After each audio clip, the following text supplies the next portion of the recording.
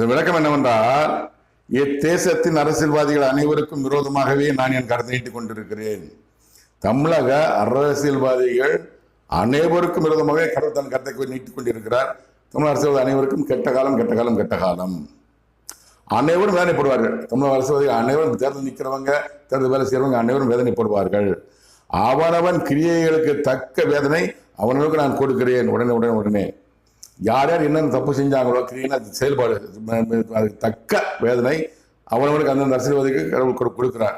ஏன்னா 10 கோடி சம்பாதிச்சா அவனுக்கு தானே, 10 லட்சம் சம்பாதிச்சா ஒரு தானே, 100 கோடி சம்பாதிச்சா ஒரு தானே, 50 சம்பாதிச்சா ஒரு தானே, அவனவன் கிரியத்தக்க பலனை என் தேவனாய் கத்த கடவுள் கொடுக்கிறார்.